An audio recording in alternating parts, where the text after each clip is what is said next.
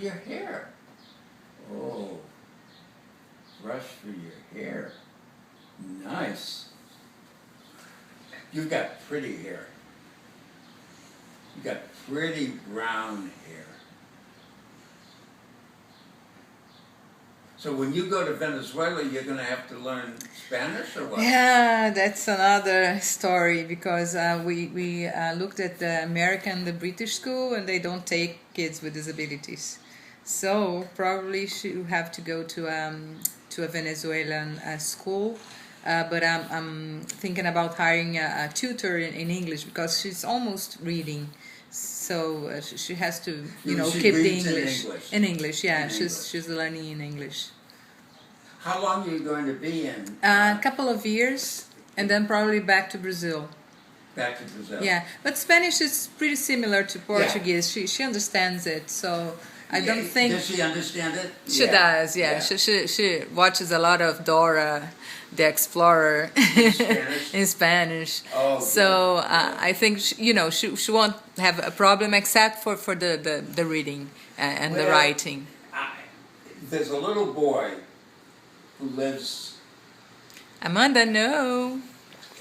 There's a little boy who lives just a few doors away.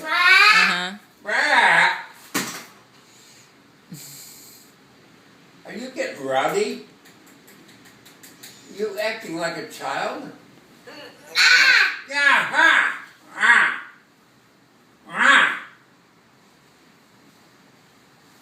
Let's put your foot away. Let's put this foot away. Get this foot. Goodbye, foot. Goodbye. Get that foot away. Goodbye. Bye. Bye. See you later.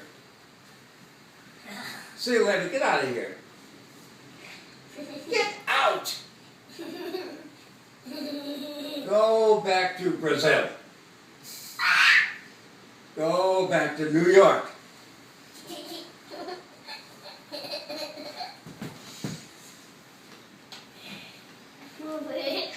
What were we just talking about? About the languages. So it's going to be a third language. Yeah, well, your neighbor. Well, this little boy, when he was 3 years old, his mother and father and I were standing with him on the corner there. He was 3 years old, and he talked in English to me, and then when his father said something, he talked in German to his father, and when his mother said something, he talked in Turkish to her. And it was just, see, I think that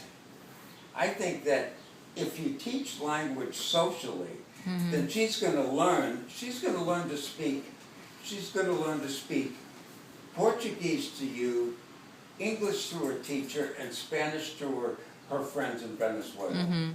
Yeah, she does that already. She has little language, but it's more or less the same English and Portuguese. Yeah.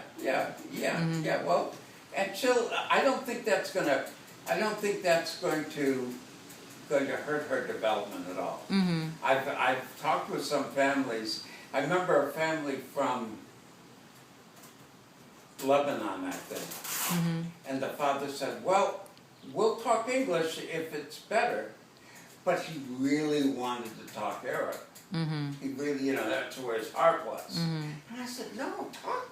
Yeah, and also there are grandparents, and there are grandparents and family who don't speak English, and you just cut them off from the family. No. Oh yeah.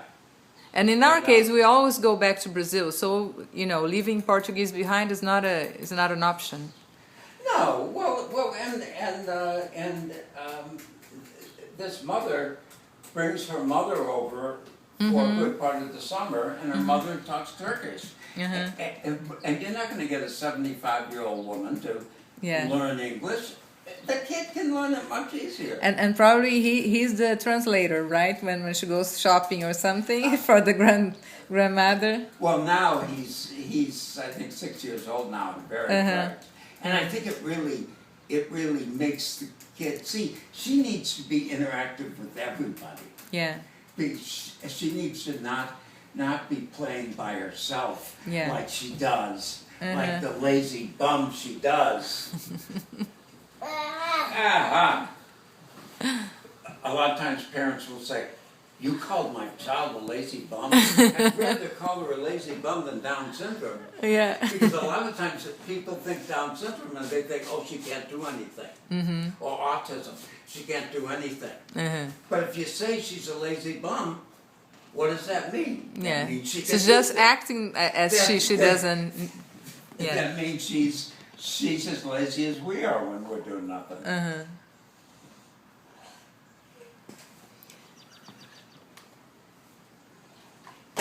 So, is your husband a diplomat? Yeah, we're both in the foreign service. You're in the foreign service. Yeah. Yeah. I had an aunt who was close, who was in the foreign service. Yeah. In fact, when she died, these chairs and that table are from Spain. Yeah, she was in the foreign service for a long time. Yeah, so we get to move a lot. Of course, we're not, going to different languages every time. We have our limits, but Spanish, English, and Portuguese. Then we go, but we're not, going to Spanish speaking or Chinese speaking or French.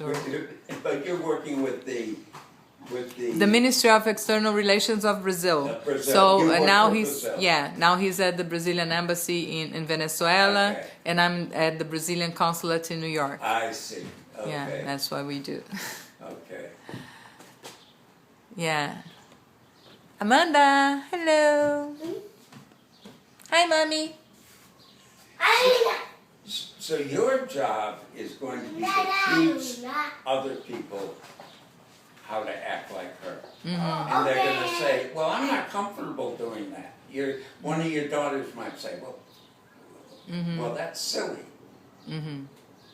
And what I say when someone says, that's silly or that's uncomfortable, I say, but it's developmentally effective. Really, you have to get people to be the kind of person that she can be.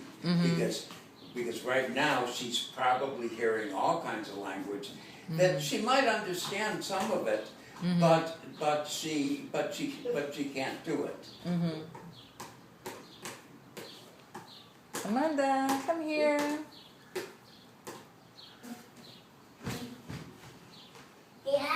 Yeah. What's that?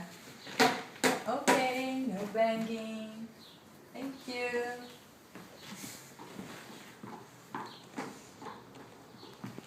So you work every day. How far are you? How long do you? 1 hour, door to door. It's a bit of a commute. Yeah. It's hard. I have a family I work with who are who are. Amanda, no, put it back. That's okay. Who are in Brooklyn, and they have an autistic son, and somebody talked them into taking him to this supposedly really good school in Manhattan.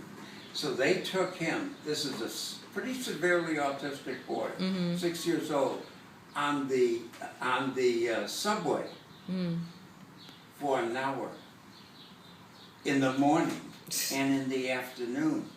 Wow. And I understand your subways are... No, terrible.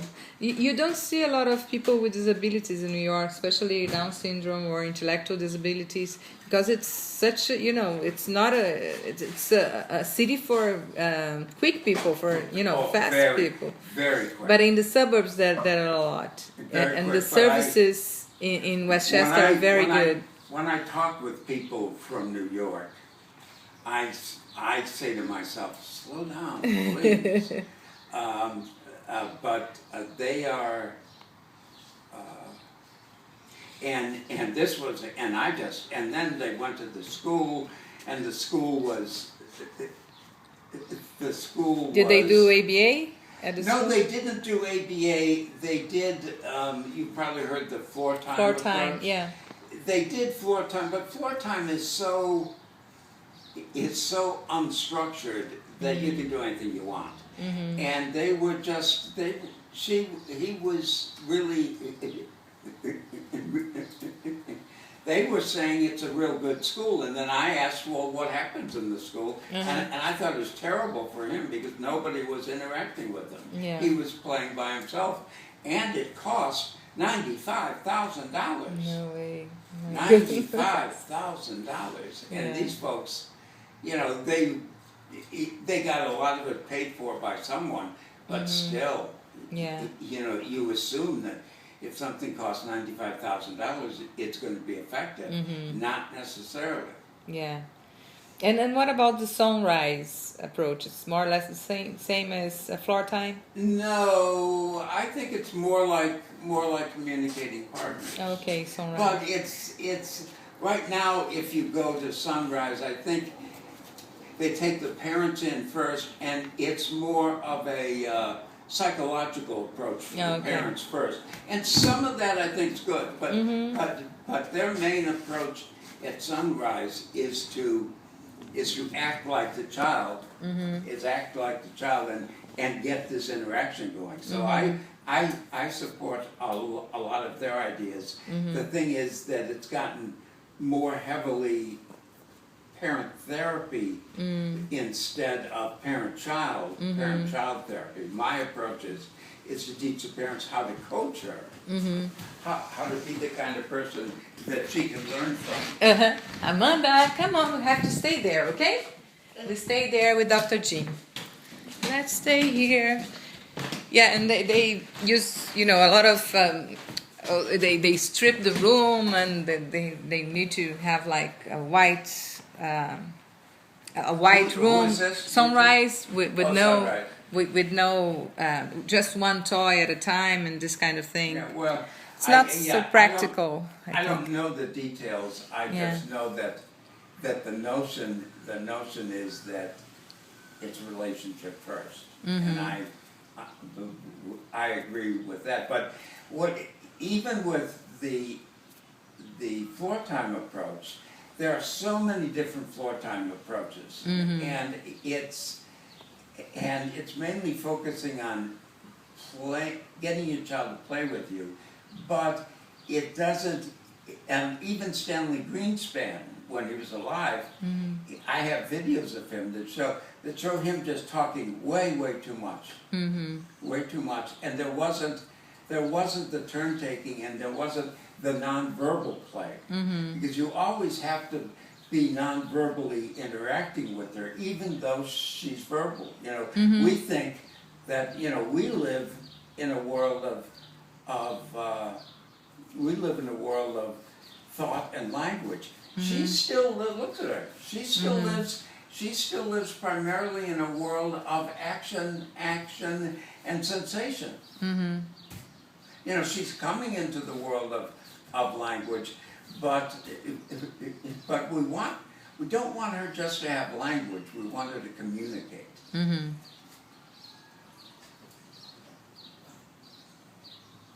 Yeah. And I want you to bother her. I want you to bother her when she's off playing like that. Get in there, and you don't have to do it much. You just have to get in there for a few turns. Let her know, you know, and she is responsive. That's really good, because I've known some kids who she's not very responsive. It concerned me here when she was playing with that thing and ignoring me. You know, don't tolerate ignoring. Just say, hey, okay, respond to me.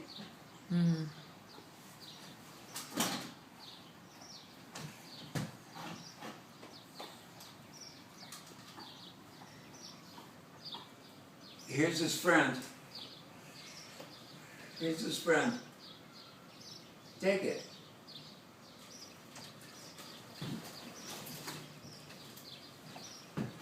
You were acting like a bum. Take it. See, when she ignores you, be bothered by it. I mean, if you would say something to one of your other daughters and they would ignore you, you'd yell their name. You'd say, Isabel, stop. What are their names? Luisa and Cecilia.